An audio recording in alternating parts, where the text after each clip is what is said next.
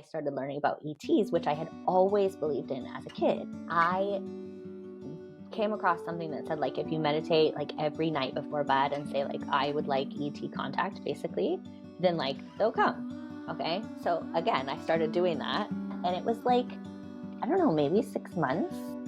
And then one night my ET came.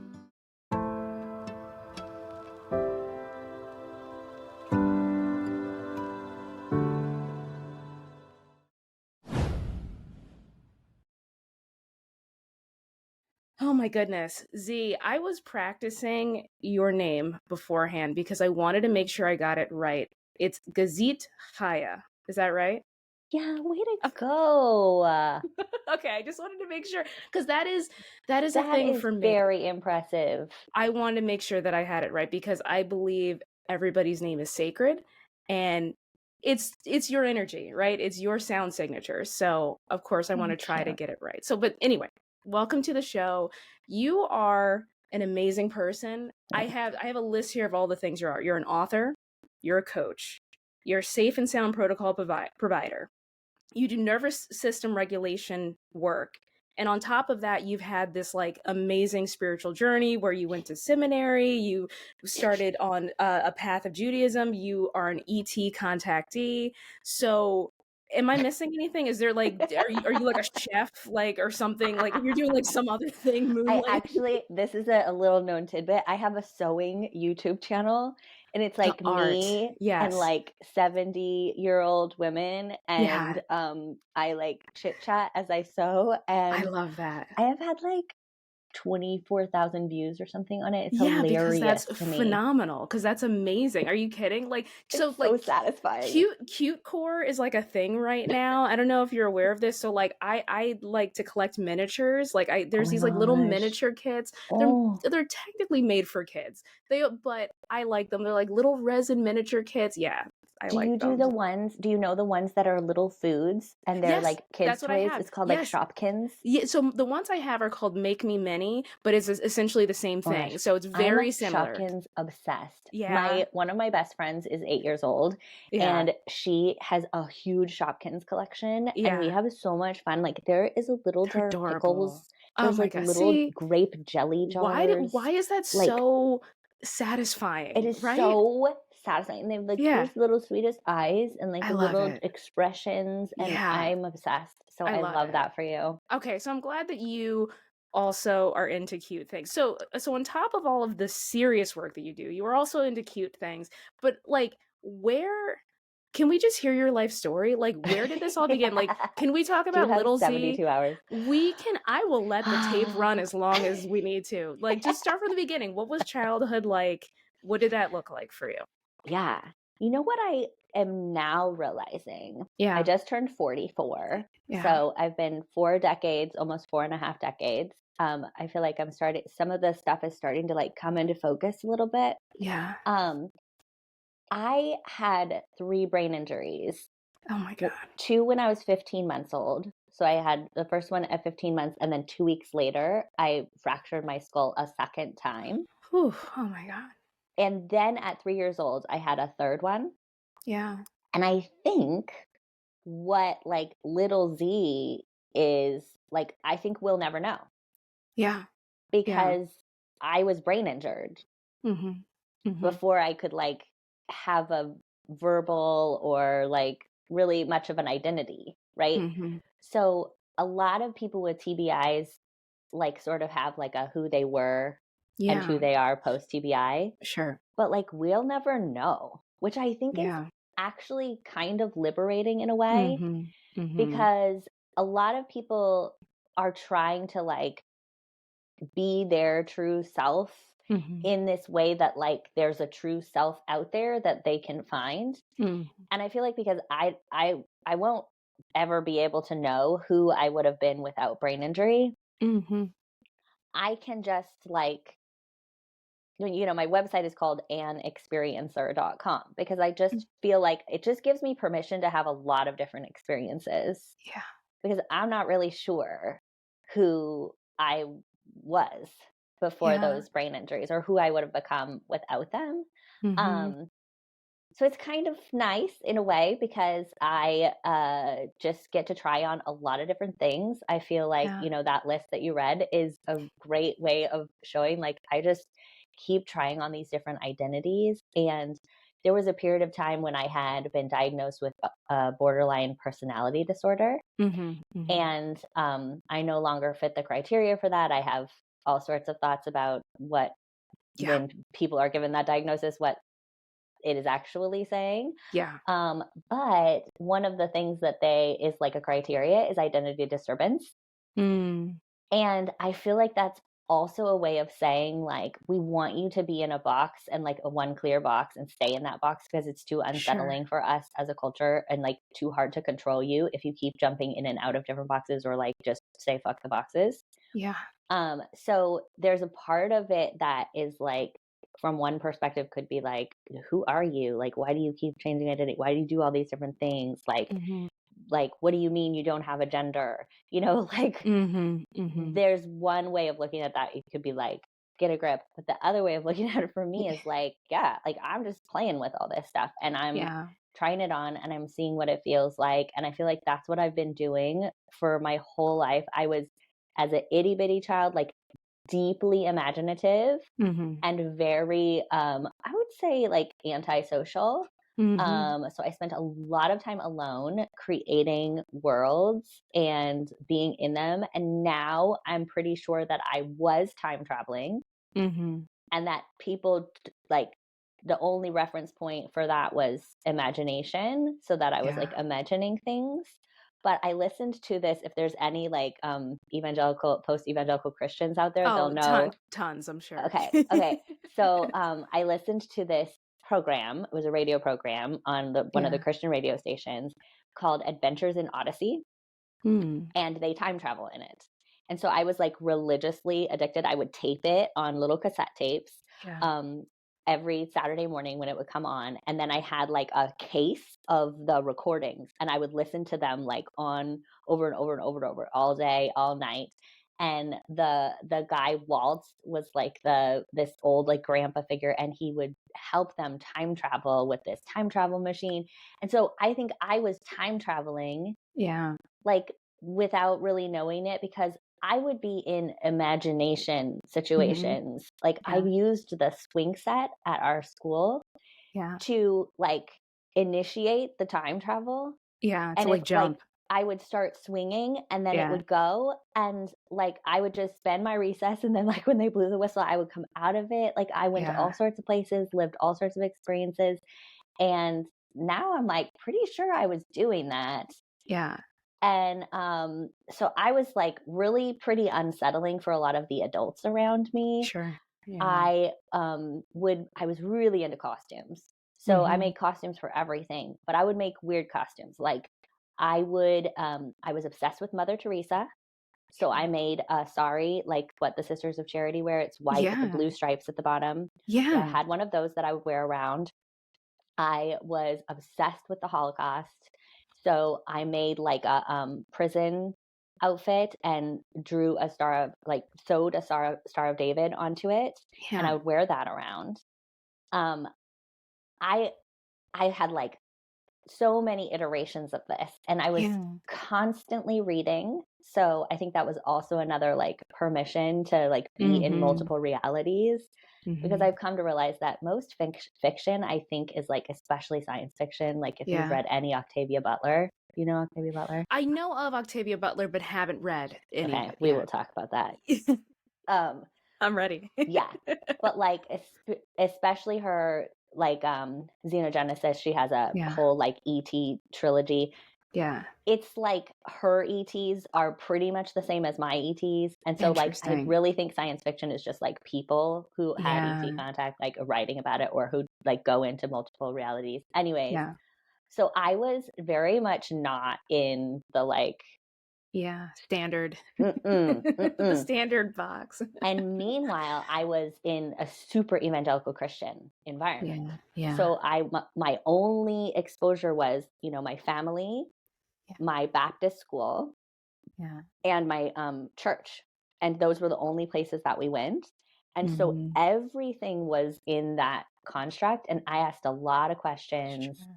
And I early on was like always challenging people. And I was like calling out when I would see like there was a lot of like sexual misconduct that didn't get exposed like till much later, but I knew about it like from the time I was like 5, 6, 7. I was like, okay, this person is not safe, this person's not, and everyone was like, oh, they're a great person. And then like 15 years later, we found out that I was right, you know. So there was like a lot of paranormal stuff going on in my life, but because I was in this really like rigid box of evangelical Christianity, I think people were very confused, and I think it was quite challenging to be the adults in my life. How did your parents react to all of this? I mean, were they supportive of you? So, I mean, what does the word supportive mean? Like, they absolutely did their best. And they absolutely, like, the benefits that brought them to evangelical Christianity served them in the way that they needed it to. And they, you know, operating under the information that they had, they were supporting me in the sense of giving me this set of rules that they really believed would keep me safe. Right. And would give me everlasting life.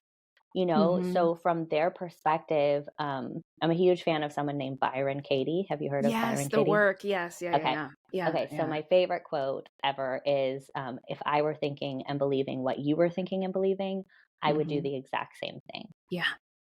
So if I was in my parents' situation, I would have parented me exactly the way they parented me. And that took me, you know, 35, 40 years to realize. But I really am grateful and have a lot of appreciation and respect for them now, because they did what they had the capacity to do. And the parts of me that were threatening their ability to keep me safe, they really, you know, communicated to me that those parts were not safe. So that included, you know, me questioning the religious stuff, me questioning gender and sexual orientation, me questioning the ideas around mental health. You know, there was this is sort of like a lot, fast forward a lot, but when I overdosed after I came out, that was when I was unconscious in the hospital when they diagnosed me with bipolar and borderline and medicated me. To such a point that I was like, you know, in a total like zoned out. I have like 5 memories from the 2.5 years that I was medicated. And for them, that was a really valuable resource because it kept me in this, you know, sort of cocoon where I couldn't threaten those boundaries that they had offered me as, you know, their best understanding of how to keep me safe. And so when I was trying to get off the medication, that was really hard for them. Freaked them out. So I really appreciate and respect that they did their version of support to the best of their ability. And now I can see how it was super supportive in like a spiritual evolution way. Because had I not had the gift of being so outside of their box, then I might not have needed to like really fight so hard for my freedom of expression and exploration. You know, I might have just been able, like a therapist once said to me, you know, if you hadn't been queer, you wouldn't have got out of that world. Because it would have been doable to stay in it. And so in a way, like, I'm super glad that it was as restrictive as it was.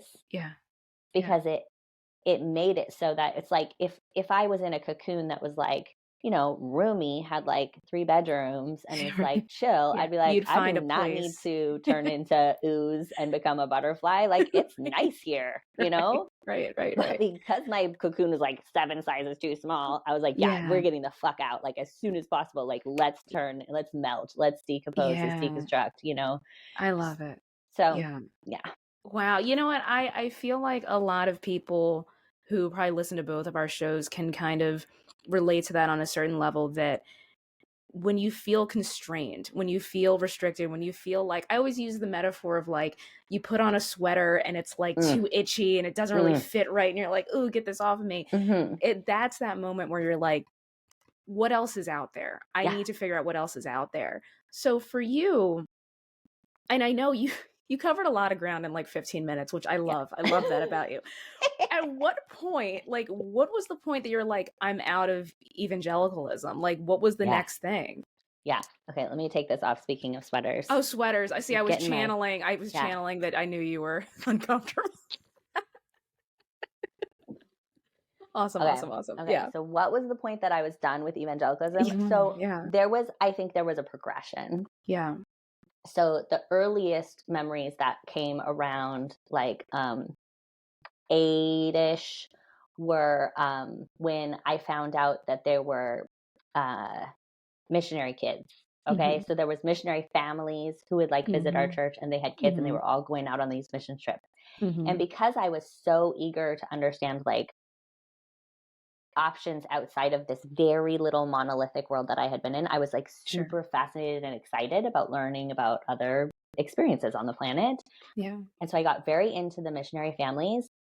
But then I figured out that they were telling other little kids just like me, who just randomly got born into a Muslim family, for instance, that they were going to hell unless they did this like Christian thing. And I was like, that doesn't make sense to me. Like that was like my real, like I really started hard on that around like 8, 9, because I kept being like, so you're telling me there's another kid just like me and they're going to hell just because they randomly, because the other piece that I was saying from day one was, I don't think y'all are my family. Like, I think I was born in the wrong place. Oh my gosh. I'm so glad you said that, Z. I don't know if I've talked about it on the podcast at this point. I probably have. I had the same experience when I was a kid. I thought I was adopted. I would look at myself in the mirror and I was like, what is this? This is not my family. And I would be like, I look like these people. Like clearly genetically I look like them, but I'm like, I don't think this is my family. I had the same thing. And the reason why I had to stop you is because anytime I meet somebody else that has that same experience, it's so validating, because for years I was like, somebody's going to come and just put me in the back of a van and just be like, go talk to these nice people. That's what I would feel like. So I'm glad that my gosh, there's another person. So not alone. So not alone. I think, a lot like Dolores Cannon, right? Like a lot of her stuff about like ascension waves and whatever, like a lot of folks in that camp have that shared experience of being like, I'm pretty sure that I'm not from here, and like y'all are not my people. Like what is this? Like so I would meet people with like other accents and other languages and stuff, and I'd be like, that feels more right. Like something's off. Like so very early I was like, there's something weird about this. So I very much was aware that it was like an odd chance that I had been born into this family.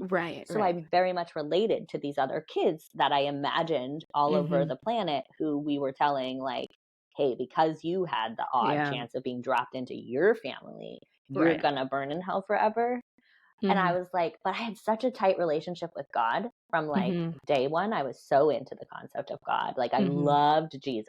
Jesus was like my best friend. He's a cool guy. It turns out. I know. I'm delighted. That was like a really nice thing in the past few years when I was like, oh, Jesus is cool. Like, he's cool. Yes, because I'm really, my kid came home from preschool and was like, so-and-so believes in Jesus. And I realized that because I had sort of conveyed Christianity is not so awesome, that my kid was now starting to mock people who believed in Jesus. So we started saying like, Jesus was a cool guy. He was a cool guy. Yeah. We got one. There was one thing we were able to all take from that time in our lives. He was a cool guy. Jesus was a cool guy. So I was like so in love with God, in love with Jesus. And so I really was like, I know that that part is real. I don't know if it's like really called God, but that thing is real. And it does not feel like that part would ever consider like this other 8-year-old kid born in wherever is going to be like punished for that. So I started hard questioning on that around then. And then when I got to get I started getting really into the Holocaust, I was really studying like the four Mm. quarters of Jerusalem, Yeah. which are like, they're like these areas in, I don't know if they're still like this now, Mm-hmm. but it was like the Arab quarter, the Mm-hmm. Jewish quarter, like the Christian quarter. And I had this real like, whoa, when I was Mm-hmm. 10, visual of seeing God looking down on those four quarters, Mm-hmm. and Christianity was telling me that God was going like hell, hell, hell, heaven, right? And I was Mm-hmm. like, yeah, it's just not. It's Doesn't not. make sense. It's just Yeah. not possible. Yeah. So I continued questioning from that perspective. And I would say that is the primary reason that I am not a Christian today. Like a Mm-hmm. lot of people are like, oh, it's because you're queer, but you can be a queer Christian. Oh, there's tons of queer Christians. Yeah. Yeah. It's because of that thing. It's the one way thing that I just was like, really the whole time I was like, that does not add up. Like there is not one Yeah. way, and that doesn't make sense. So that was really like the biggest part of it, I would say. And then Mm-hmm. around 11, I started praying to be made uncomfortable every day because I was obsessed with martyrs and saints. Oh, okay. And Yeah. they all had their spiritual awakenings through like pain. That was So like, it's pretty severe pain for a lot of them. yeah. And a lot of it was like self-chosen. And Yeah. it is true that that is like a way to That is a have path. some Mhm. like spiritual Mm-hmm. wild stuff happen, is through Yeah. pain and suffering. So Yeah. I was obsessed. I loved that so much. I read like every story of every martyr and every saint and Yeah. missionaries who'd be killed. And I just like was so obsessed with that. Yeah. And so I started praying every day to be made uncomfortable because I wanted a spiritual Wow. awakening. Yeah. I felt like my life was too easy, which is like, Yeah. okay. Okay, so well, let's just pause here because that is you must have a super high pain tolerance if at that point you're like, this is way too easy. Like you gotta give me some actual suffering.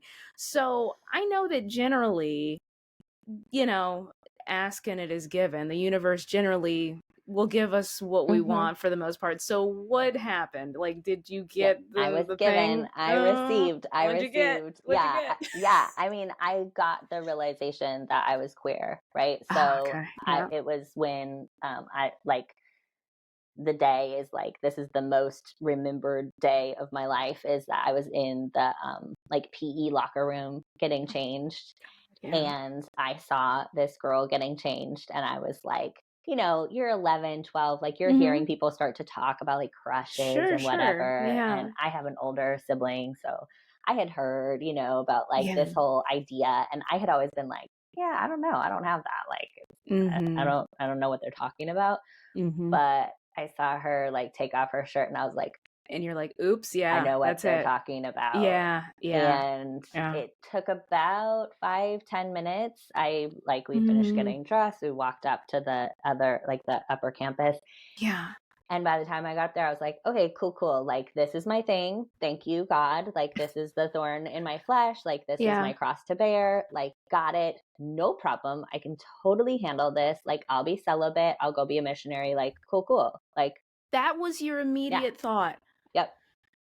And I was like, this is the easy one. Like, are you sure? I was like, yeah, got it. Chill. Yeah. Because I had no idea. Whoa. So I'm sorry. Okay, let's pause for the people who might have missed that. So you discover you're queer, and then 5 minutes later you're like, I'm just gonna go be a missionary and be celibate. Like 5 minutes you're like, all right, no, already solved.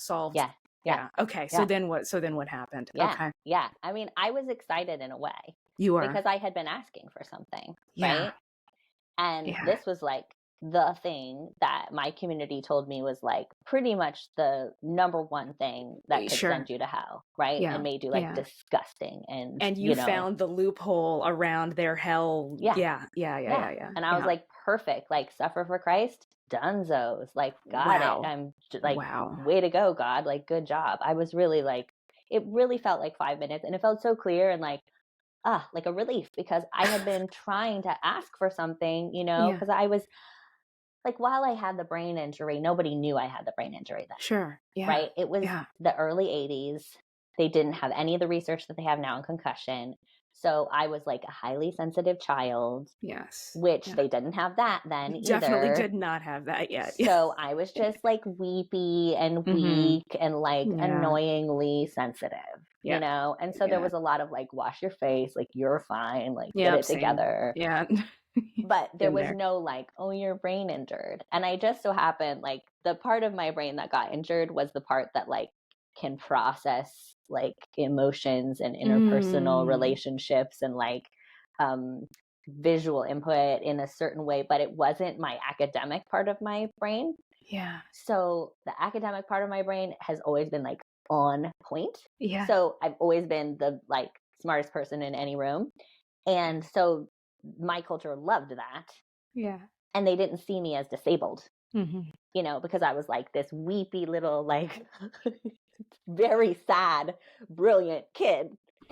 You know, you're a sad genius. I was a sad genius. Yeah. It's just, let's call that my memoirs, the sad genius. Sad genius. I love that. But so they weren't experiencing me as like having a hard time. I was in a wealthy white family in a, you know, evangelical, you know, private school where everything, you know, every need was way more than met. Like I was being sheltered from all of the reality of the world. And so in my perception, because I didn't identify as having a brain injury, like I thought that I had no problems. Sounds like you're about to have a Buddha moment. That's what it sounds like. You're about to be, right. A little Siddhartha, like left the palace. That's what it sounds like. I mean, I think in a way, like I do relate to that experience because like Siddhartha, I was always like, this isn't real. I just know it. I just know it. Like y'all have these palace gates and you're pretending, but I am so sure. And I kept There's being something like, out there. Yes.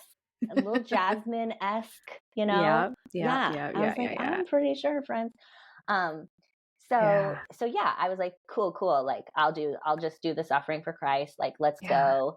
And then as like puberty came more online, I realized that sexuality is not a conscious function of animals.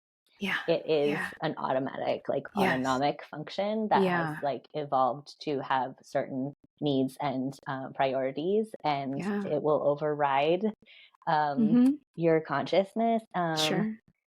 So, you know, the queer just kept coming up. I just like, be best friends with these girls. Oh, and I've then heard that story. Yes. Yeah. It would be like, like, here we are again. Oops. Yeah. Like someone, you know, someone would say like, oh, are you going to ask so-and-so to the dance because it's like you guys are dating? And I'd be like, what do you mean? Nope. And I would like, just like drop people. That's really sad to me now, is I would like super ghost these girls who I was like in these, you know, total enmeshed relationships with. So that like happened over and over and over and over and over again. For, you know, 11 to 21. And it just kept getting harder. And when I was 20, I had a really intense missions experience with like a cult type of a situation. It's not cult type. It was a cult. It has now been shut down as a child abuse cult. Oh my God. Yes. And there was a warrant out for the guy's arrest for a good while, but now he like rebranded and had some connections. And wait, he's still out there? Yeah. He's got a new organization. As they tend to do. Yeah. I mean, white man like in the Christian community in Texas, like nobody wants to believe. Oh my God. Wow. Yeah. So I was in that. I was again the one who was questioning things. I was like, hey friends, this kind of feels like abuse. And I'm pretty sure in my like pocket Bible, like that is not what I'm reading. Like Right. I like I'm literally going to the source material. I don't see this. I literally had like a camouflage, like bound, like mini Bible that I would like imagine myself like smuggling into the concentration camps. That was like where I got that from. So I had this little Bible like on my person at all times, and I would literally get it out and be like, like I don't think so, buddy. So I ended up in solitary, like isolation for a good chunk of that. It was only like a month that we were in the Philippines. And then there was like admit that Satan is working through you situation, like up on a rooftop. Like, I have still PTSD from it, so I don't know like exactly what happened on that rooftop, but I'm pretty sure it involved a lot of violence. And I ended up escaping. Like, I like snuck in and got my passport, and then like, left in the middle of the night and like took a bus, and I got out of there, which is great. But when I came back, I was pretty jacked up with the PTSD. Sure.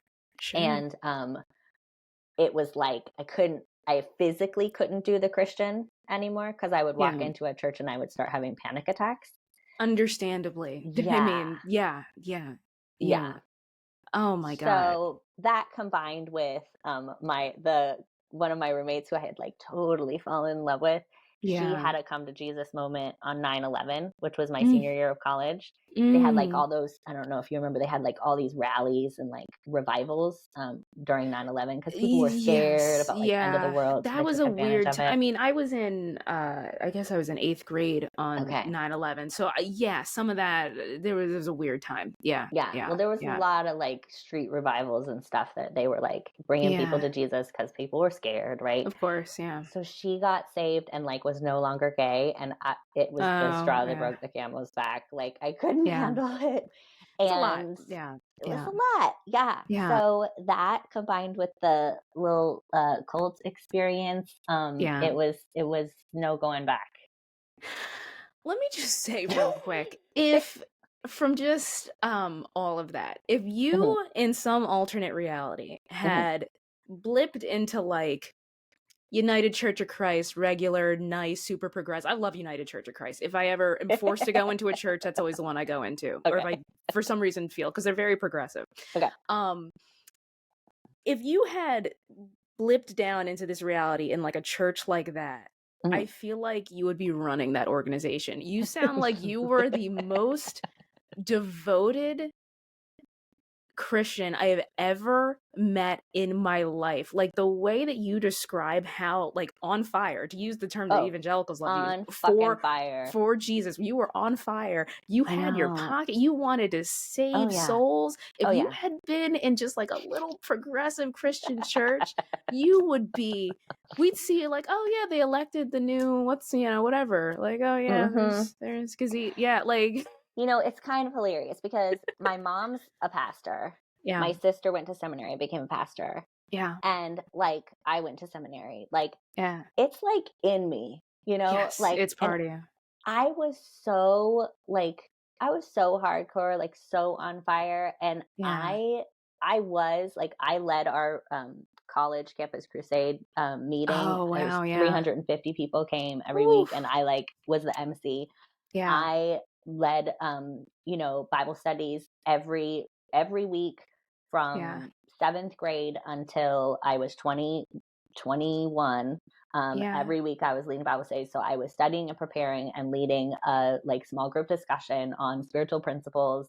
So in a lot of ways, like, who I am today is 100% because of that. Like, I was studying and teaching spiritual principles from the time I was itty bitty. If we ever were sick and couldn't go to church, I would sit everybody down on the couch and I would preach. Like, that is intense.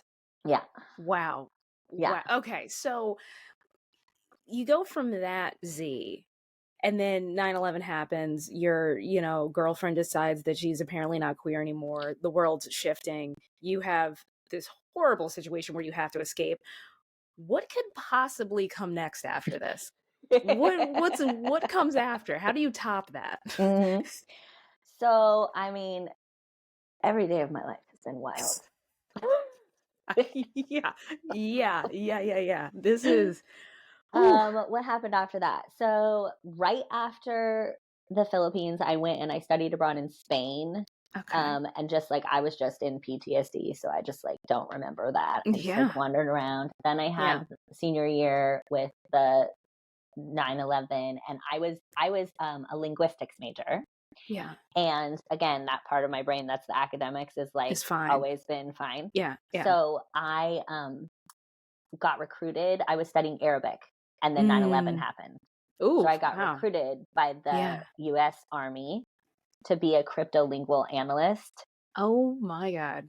And that is one thing to this day that I'm still like, because they were going to send me to the Defense Language Institute, which for like the like layering of how perfect this was is hard for anyone to understand really outside of super evangelical Christianity. But there's also something called the now I'm going to forget what it's called, but it's a language institute that does Bible translation. And I was obsessed with that since I was itty bitty. And so it's called the like summer. I think I know what you're talking about. I think it's the SLI, Summer Linguistics Institute or something, but it's like a very Christian funded thing. But they're very respected in the linguistic world because they are like some of the early missionaries were the first linguists. So I was being recruited to go to the best language school in the world, which is the Defense Language Institute in Monterey, California, because it's full immersion. So for 2 years, they identify like a dialect that is from like an itty bitty neighborhood somewhere. Oh my and gosh. They immerse you so that you hear only radio, only newspapers, only like there's no exposure to anything outside of that one itty bitty corner of the world. So you sound like you were born there when you finish. Which is like for a linguist is like such a fucking dream come true. It sounds like so good to me still, and I'm so regret that I didn't get to have that experience. You didn't get to go. I got accepted like into the recruitment process. And then I went through, like, I was simultaneously wanting to kill myself, right? Because I was so upset about not being able to get rid of this, like, desire to be queer, right? I couldn't kill it. I had been trying so hard. No matter how much I prayed, Jesus was like, turns out Jesus is totally fine with it. So that's why he was not taking it away. But so I was tortured and I had started taking antidepressants. But you can't take any psych meds when you're in basic training for the military. Oh, okay. Because they won't accept you into certain levels of the military if you have any psych history. So like they put you through this 13-hour like super grueling experience where they like kind of like wear you down and you go through all these tests and things.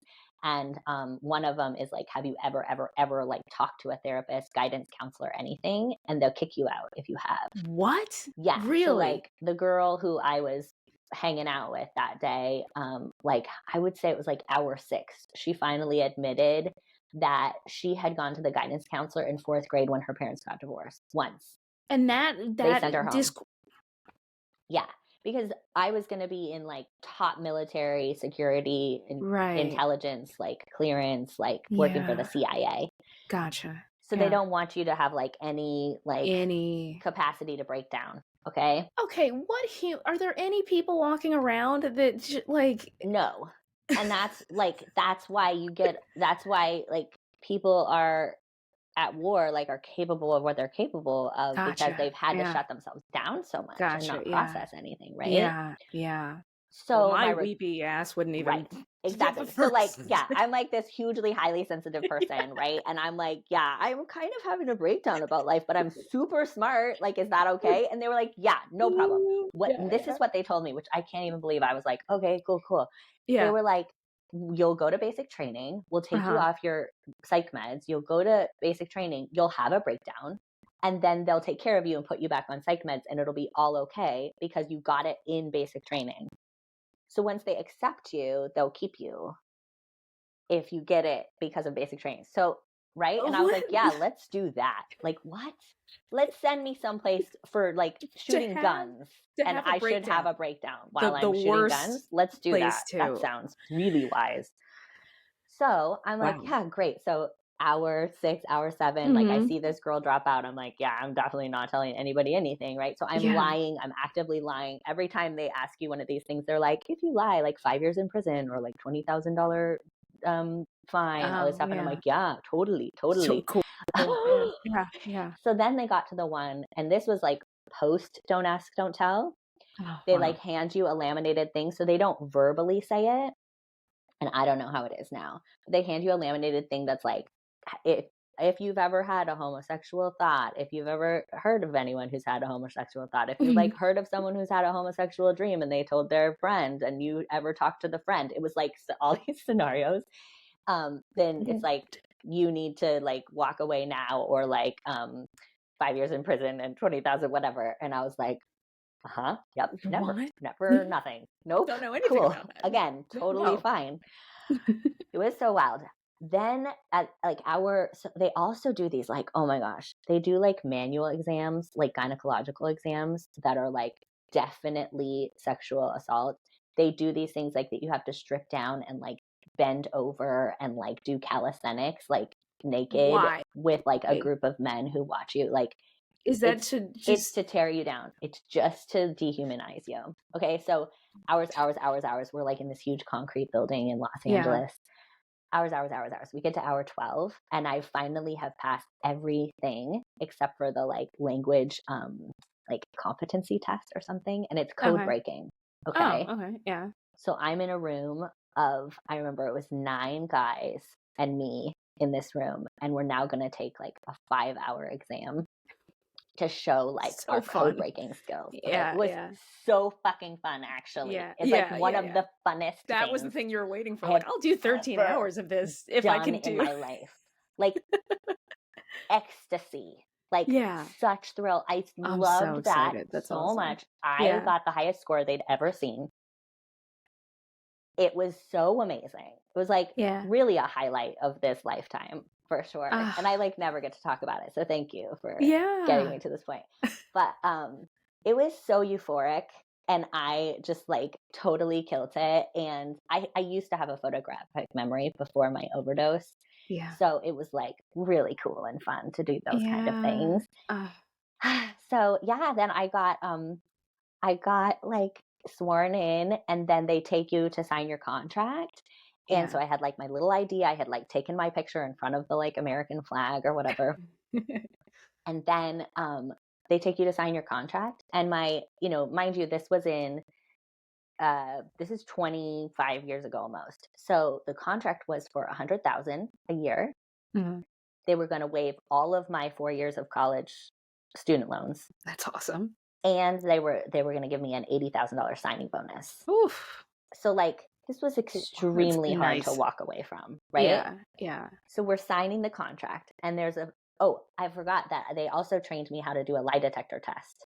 So I got on a lie detector test with a CIA agent from Langley, Virginia, like CIA headquarters, and I passed the fucking lie detector test. Oof. Yeah, scary, Wow. right? Because they had trained me how to do that. Yeah. So it's the one little clause. It's like we're about to sign, and it says, if you've ever been in the Peace Corps, you can't have this job. If you've ever had this job, you can't be in the Peace Corps. And I was like, oh, I don't know. Like, I think I'm kind of a Peace Corps-ish type of a person. Yeah. Like, why is this? I'm like such an idiot, right? They're yeah, you'll be working for the CIA, translating shit, like as a like secret agent, like spy. You're gonna be a spy. Yeah. And so you can't be in humanitarian work if you're a spy. Like, kind of the country will never let you in. But you will be a known spy. And I'm like, I don't really. I feel like I want to keep that door open to be in the Peace Corps. Yeah, you were looking at your until that point.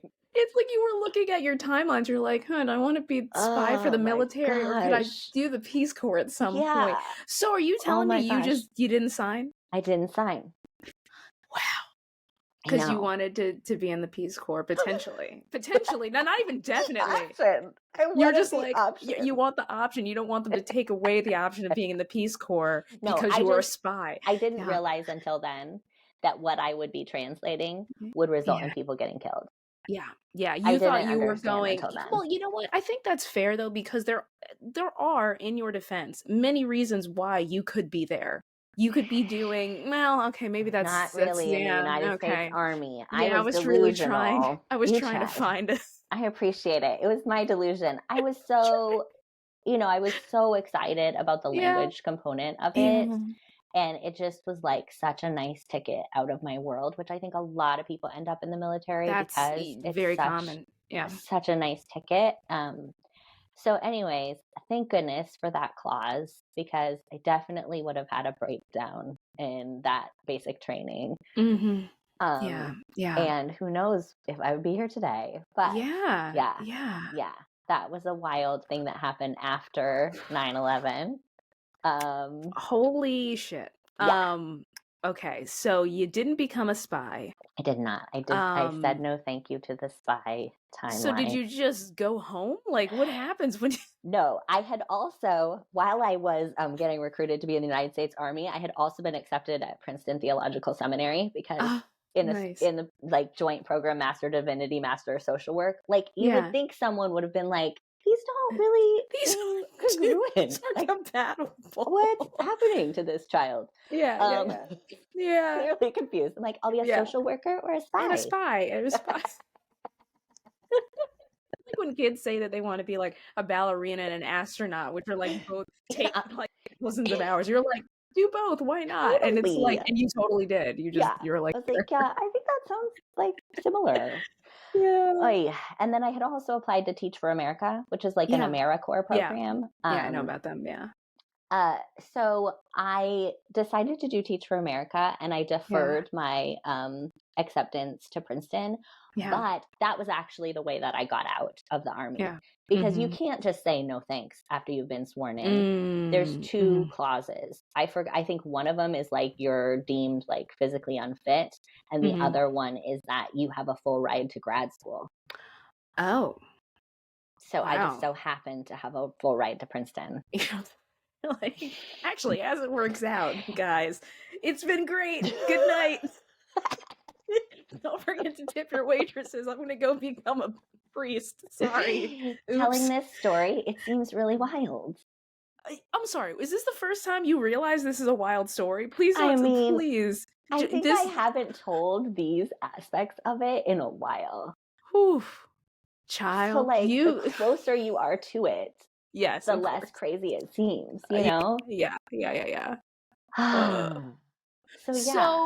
So I didn't go to Princeton. So I went to New Orleans with Teach for America.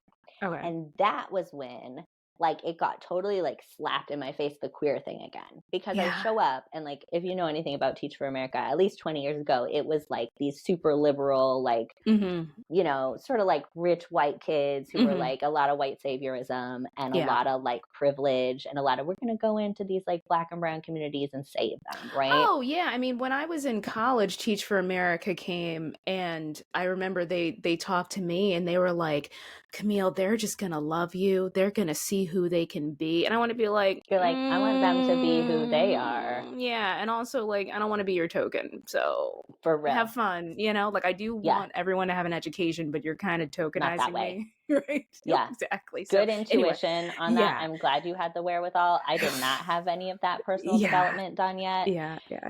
And I was like, you know, it was like a version of missionary. It is one step removed. Yeah.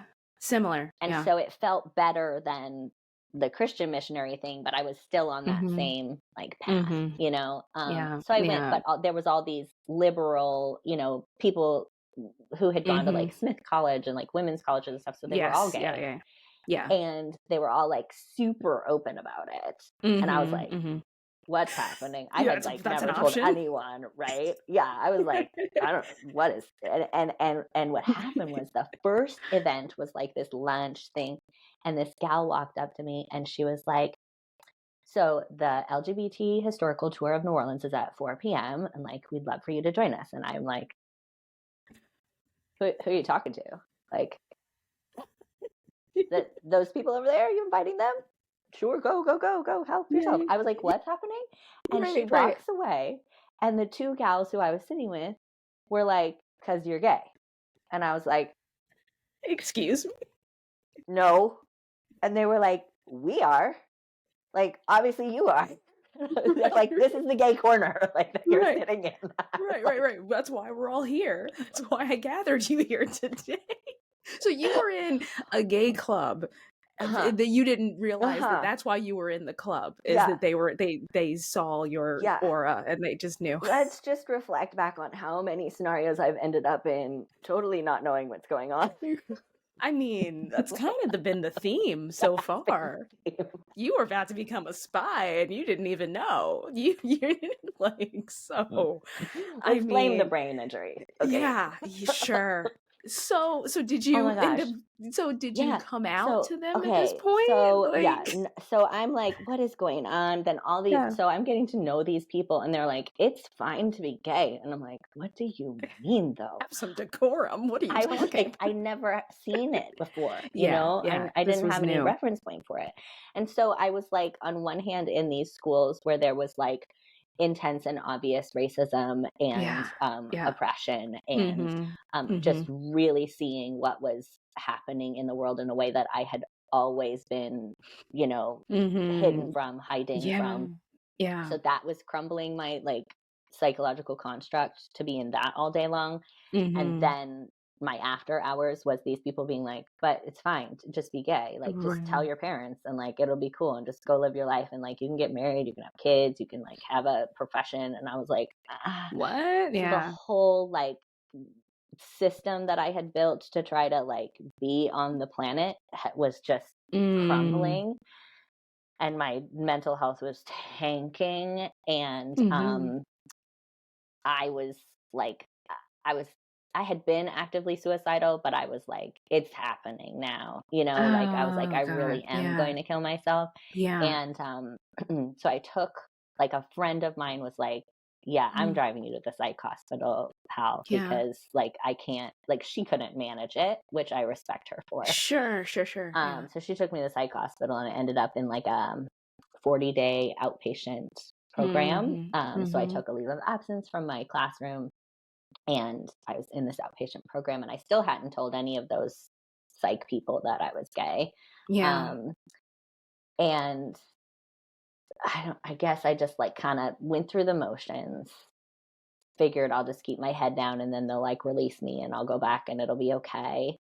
Yeah. And then I got through with it. I went back, and I don't even know. I can't even remember what happened, but something led to one of my friends being like, come out to your family. Like, Yeah. just see what happens. And I was like, I really don't think it's going to be okay. But I Mhm. decided to come out to one family member who, out of what they were thinking and believing at the time, encouraged me to go to a Christian counseling facility I that knew that's would what was have gonna happen. used Yeah. conversion therapy. And Mhm. I knew about conversion therapy because in my first psych hospital, they had electric, shock therapy that they used with conversion therapy. So I was like, I know I can't do that. Mhm.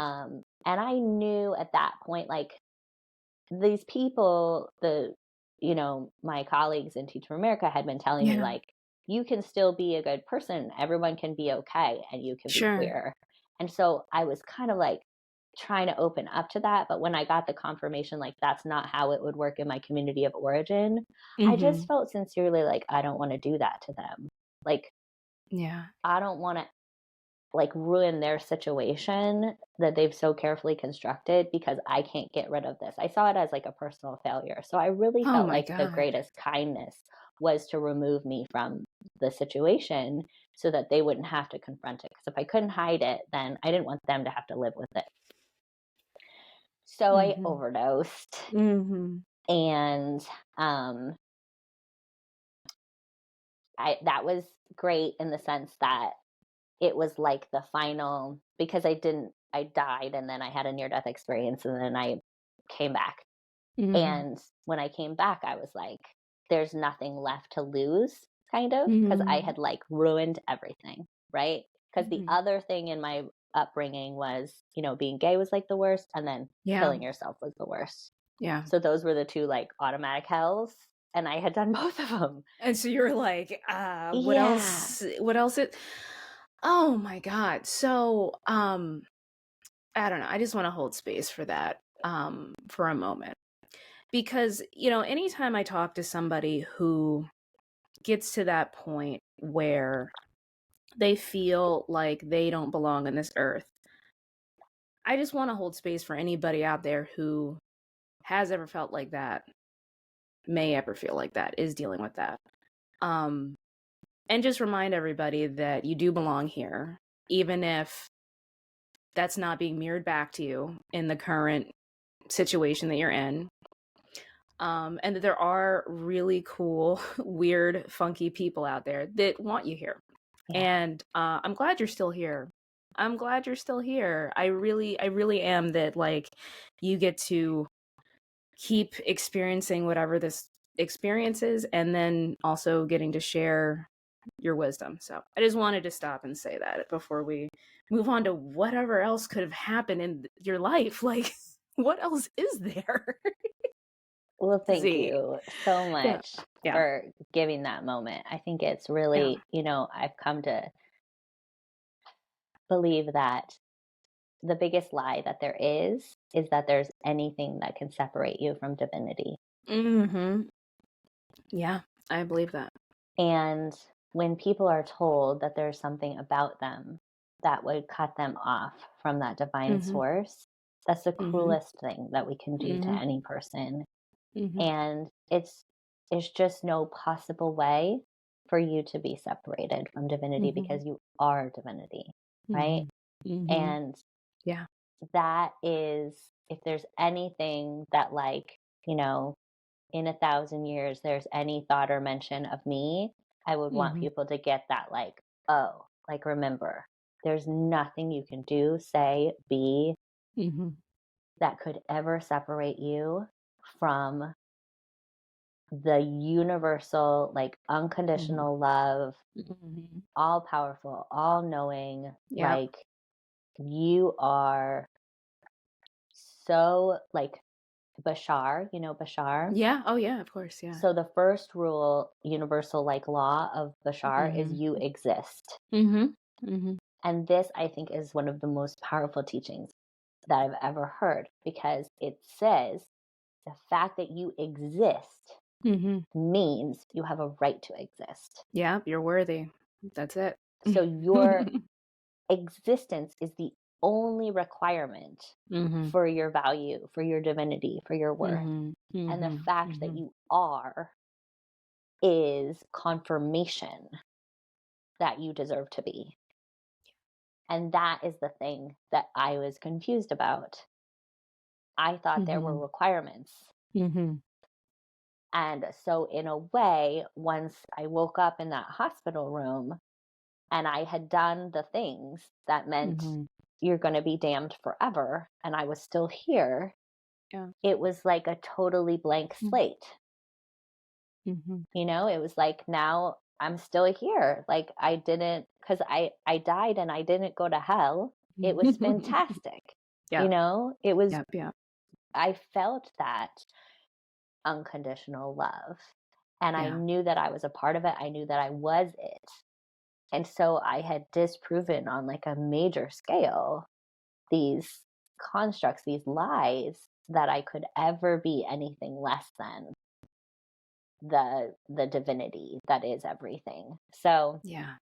I'm very grateful that I went through it, but I wasn't immediately grateful. I was pretty bitter and horrified. And the next 10 years are a little bit less interesting. They're just a whole bunch more of bitterness and depression and more suicidal thinking, with the disempowered reality that I wasn't going to try to kill myself again, because it was pretty excruciating to not be successful. It was the worst feeling I had felt in my life, was to wake up and not be dead. So I really felt like I was in a prison for those next 10 years. And they also involved, like, a pretty unhealthy marriage, early years of having a kid and trying to do parenting in the context of an unhealthy relationship, and really not much support, and no connection with my spirituality. I just, like, cut myself off from all things spiritual for those 10 years.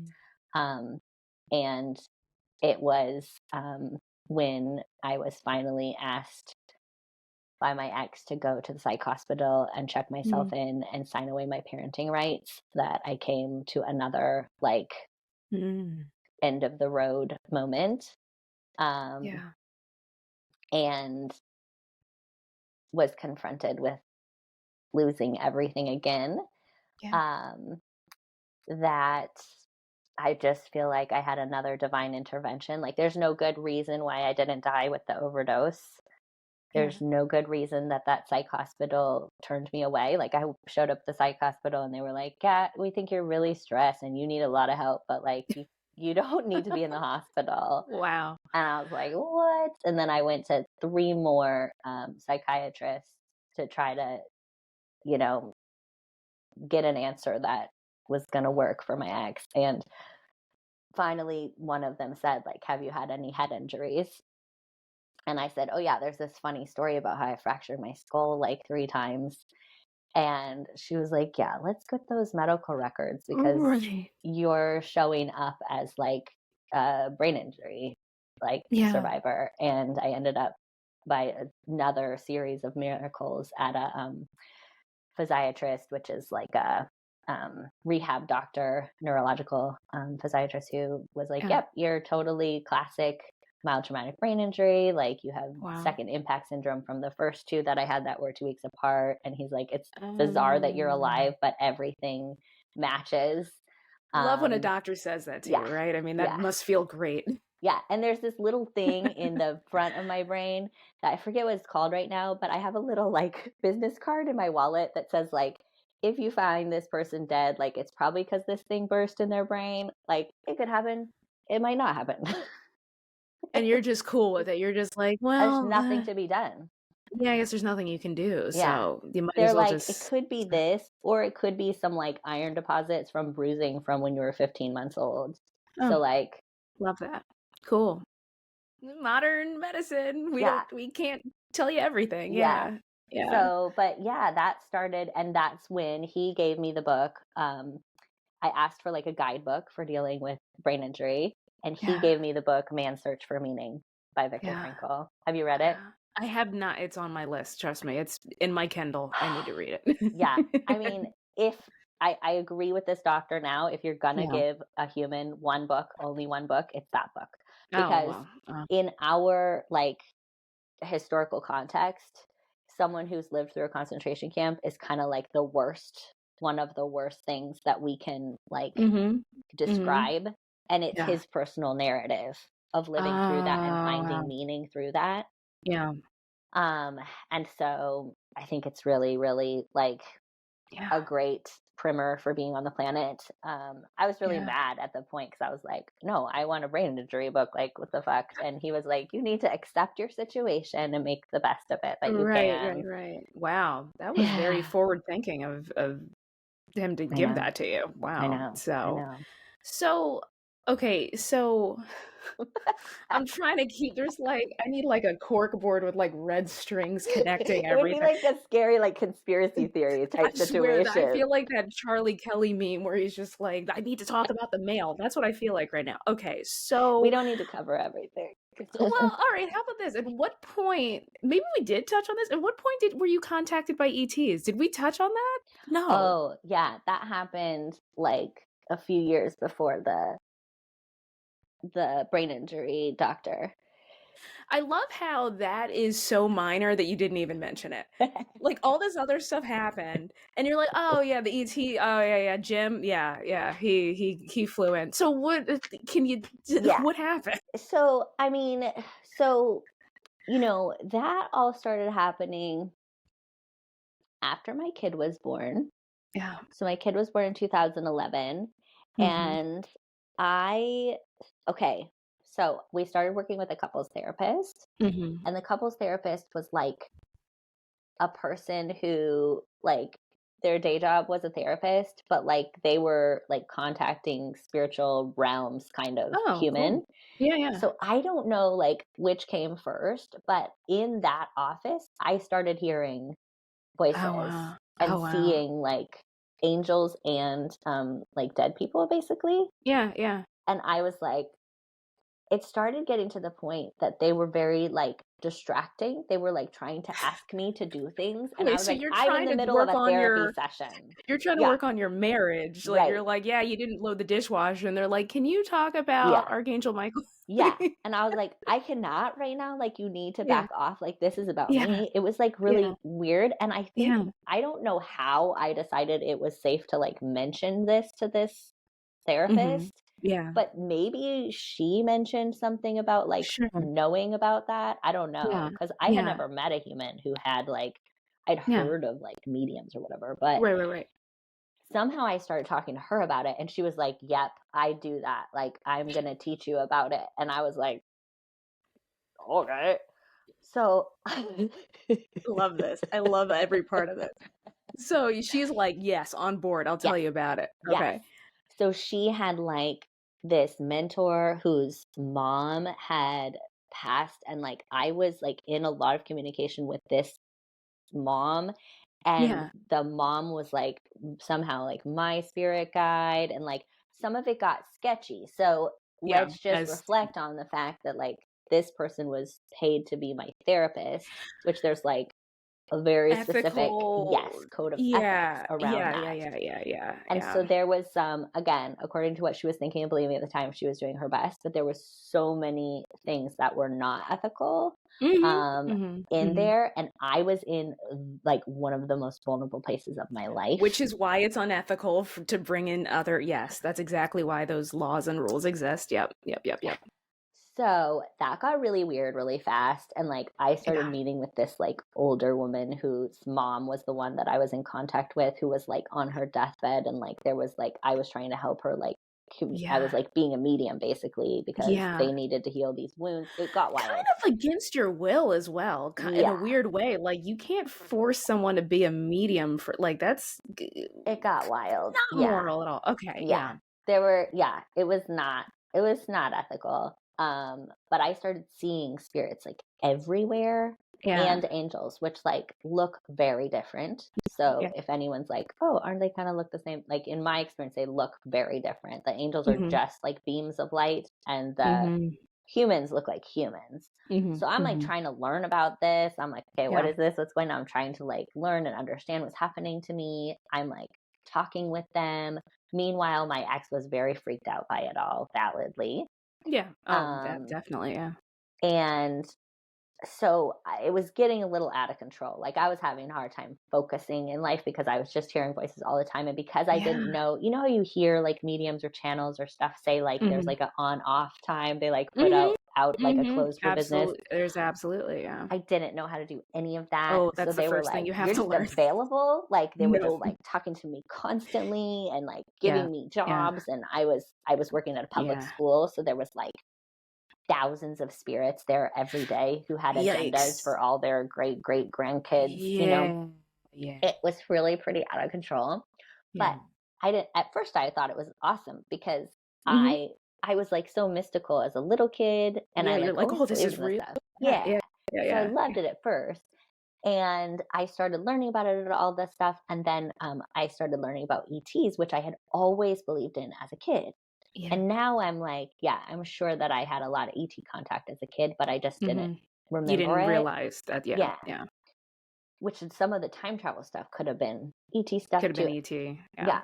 So I came across something that said like if you meditate like every night before bed and say like I would like ET contact, basically, then like they'll come. Okay. So again, I started doing that. I love the like, give me a job. Like, well, we do it. Let's do it. Yeah. So I started doing that, and it was like, I don't know, maybe 6 months.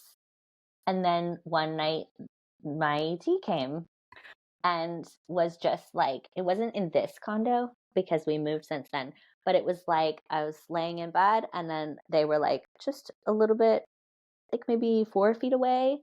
And they look, this is not their actual form, but now I know that they like put on a form of like your traditional, like in the movies, like cute little gray, with like a little bit bigger head and like the big eyes and like the little tiny body.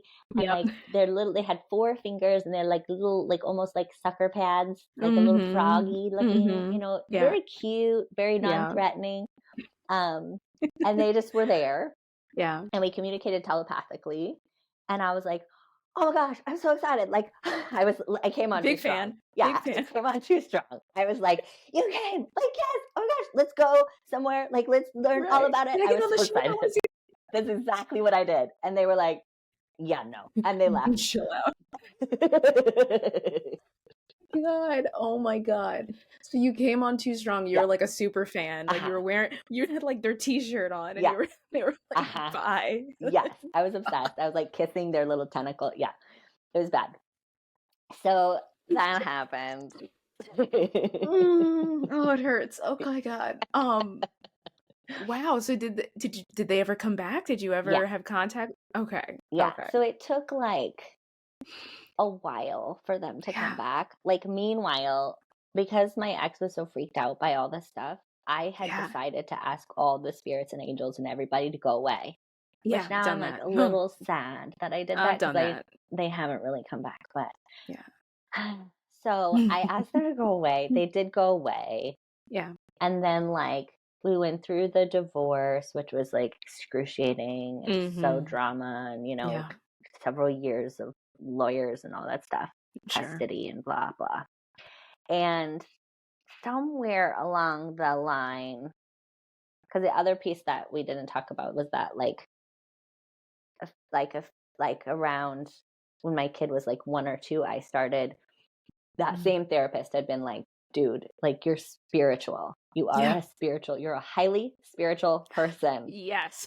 And you are not going to, you're not going to help yourself change your life at all unless you acknowledge this. Because I had like so hard cut myself off from spirituality. Yep. That's probably where she started telling me about the spirits and stuff. So it was already sprinkled in a little bit. Yeah. So I had told her like, well, fine, but I'm not being a Christian. And the only thing that I would be is Jewish, and like Christians can't convert to Judaism. And she was like, what do you mean? And I was like, well, Jews can convert to Christianity, but Christians can't convert to Judaism. Because that's what you were told. Yeah. That's what I was told. Yeah. And she was like, she's Jewish. And she was like, yeah, that's not the case, friend. People convert all the time. Yeah. So I started meeting with a rabbi. Yeah. And like I did the 2.5 years of like the questioning and yeah. So I was doing Judaism like in a pretty intense way. I think it was like a perfect bridge for me because it was the same language as Christianity. Sure. Yeah. You're already familiar with And it's awesome because in Judaism they don't have original sin, and that was my biggest hang up. And like you're like, get that out of the way. And and Jews are like, all paths are good. Like they don't think anybody's much going different to hell. perspective. Yes. Their hell is not a concept in so it was Judaism. Like, I got Jesus and I didn't have to believe in hell. I was like, let's do it. I got matzah and like Passover and Star of David. I was like, I love it so much. Yeah. So because as a kid, I also was like, I'm Jewish. That was the part I left out. I like begged to convert as a kid. And I even like had my parents buy me a Star of David like necklace, but they would only buy one with a cross in it. They're like, you could be maybe a Jew for Jesus or something. And they're like, maybe we can find some way to. Interesting. So I finally got to be Jewish, which was really helpful for me, like bringing my spirituality back online. So at some point in there, like I was, and I feel like the Jewish community that I've been exposed to is like also more open to mysticism because there's there is a very rich mystical tradition in Judaism that a lot of people don't know exists. Exactly. So I felt like that was allowing me to kind of connect with the like spirits and angels and ETs. It was kind of like, and there's actually like a pretty significant like Jewish perspective on the way that ETs are described in the Torah. Like there's references to, we can go down that road sometime. Listen, you already gave me, I'm going to be up till 3 a.m. reading about this. You already opened up the rabbit hole. Okay. Wow. You're welcome. So I was like, that was vibing with all of this. And so at some point my ET came back. Yeah. And when they came back, they were not in that cute little form. They're more like the best reference point is like an octopus, but it's like not an octopus, but it has like tentacles, but they're like bigger than humans. And that's why I referenced the Octavia Butler. Gotcha. So in the Xenogenesis series, there's a species of ETs that are like helping humanity. And there is a variety of like genders. And one of them is Ooloi, which is Ooloi. And they do not have a gender or a sex. And they're like, their family systems are so cool because they're like, every family has like 2 couples and an Ooloi and like the Uloi like has sex with all of them. Oh, but like not interesting. in a like regular. It's like a very complicated, more than I'll we have to should read it. speak I to. have to It's read so these good. books. Yeah, I But gotta I read these think books. that's my species. Interesting. So my ET, I'm pretty sure, is from that same one that Octavia Butler wrote about. And I'm pretty Okay. sure that she just had experiences with them and wrote about it as fiction. And just wrote it as fiction, but yeah, I hiding in wish plain that sight. she hadn't passed, but maybe I can get a medium or talk to her or something. But Well, you are a medium, so I yeah, should just call her. just call her. Like, what are you talking about? Octavia. Yeah. So Wow. my friend came back and was Yeah. like, hey, I'm gonna just hang out with you. Like, I'm just gonna be here every day for a little while. Like, I think you could use it. Like, I will just be here. I won't be visible unless you want me to be visible. So just tell me when you want to see me or feel me. And otherwise, like, I'll just be here. So I could feel them in that phase. It was like 6 months, a year. Like if I wanted to, I could just like feel their like tentacle thing, like on my shoulder, or like a small of my back, or just like, you know, very comforting, like very supportive and encouraging. The way that Octavia Butler describes them, which I read the Octavia Butler after I had this experience. So just for and anybody who's like, you just wanted to copy Octavia Butler, like, no, it just described what I had experienced. But like the way they do it, they have like a little like connection point in your neck, and they like put their like special Uloi arm like there, and it like makes you like, it's like their version of sex, but it's not sex. Oh, interesting. So they would do that for me, and like it was just like super great and so wonderful. And because of my like human part of me, I eventually got to the point where I was like, but shouldn't I be doing something? Like, you're just giving to me. Oh, yeah, that is like, reciprocity is like a very human thing. Like, I was feeling like guilty for receiving so much love and support. And I was like, maybe I have a job. It was like totally putting the human thing on it. The 3D stuff on it. Yeah. So I did a massive, like, you know, internet, like, underground search and found a hypnotist who works specifically with ET experiencers. Oh, wow. Okay. And I met with her, and we had a whole hypnotism, and I met my friend, who's my partner actually in that planet. Oh, wow. And found out that like I am on that planet, and that like I agreed with the like Intergalactic Council to come here, and that they were just coming because they were like, it's been a lot, like, do you want some support? Are you okay? Like, like we saw still on what track? happened. On mission. You almost became a spy. Like, we're glad we put that Peace Corps thing there so you didn't do that. Which, just for my birthday, which was in February, I had another hypnosis session with another friend, and we asked specifically, like, what was all this drama about in the early years? Like, what was that for? And this is literally what they said. That was just like humor. That was like for fun. And then they're like, that was like, you would say, extra dessert. I would be like, fuck you, fuck you, fuck you. I would come out of hypnosis and be like, absolutely not. How dare you? Like, I have to experience this stuff here. Oh, I'm sure it's funny up there, guys. Ha ha, from your starship. When they said, you know, I didn't notice it when I was obviously in hypnosis, but when you like rewatch it, they record it, you know, and it's like, as you would say, extra dessert. I'm like, really? Oh. Yeah. How dare you? How dare you, sir? How dare you? What? I mean, I'm glad. I'm so glad that you're at a place in your life where you can laugh about all of this, because man. Wow. Yeah. And like, I'm only 44. So like, I think I'm going to be here. Like, what else could possibly happen?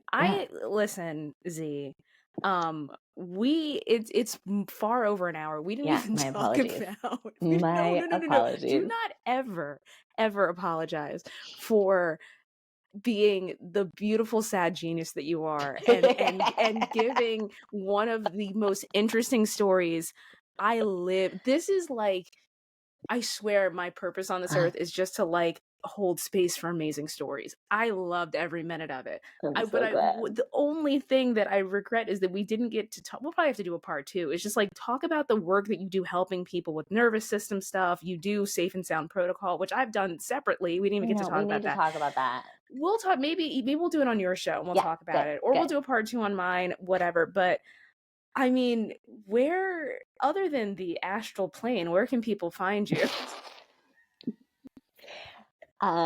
It's like a blue planet. It's very watery. I don't know how to get there.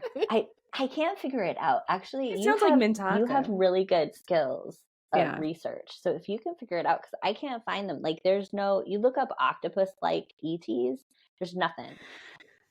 Although there's tons that says like octopus are ETs. Right. But I mean, when you say planet. Water planet, that makes me think of Mintaka. That like that's the only, I mean, maybe look at that, see if that resonates. All right, we'll check it out. I'll do some research. I'll ask around the Starseed community. We'll see if anybody know this character from this octopus and I guarantee situation? you, if I ask, people will be like, we'll figure it out. But anyway, where can people find you and your work and everything? www. The third W is hard for me for some reason. But it's like, it doesn't, people know. People know at this point. The internet's been around for long. They know. They know. I'm going to let it go. AnExperiencer.com. AnExperiencer.com. Awesome. Yeah. Awesome. I'm just going to stop the recording. There's nothing else to say. I'm just going to... Thank you so much for tuning in to this episode of the Highly Spiritual Person podcast. I really hope you found this conversation inspiring and uplifting.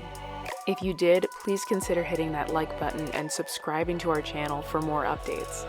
And remember, sharing is caring, so if you think others would benefit from this content, don't hesitate to share it with your friends and family. We'll be back with more exciting content, so stay tuned and stay curious.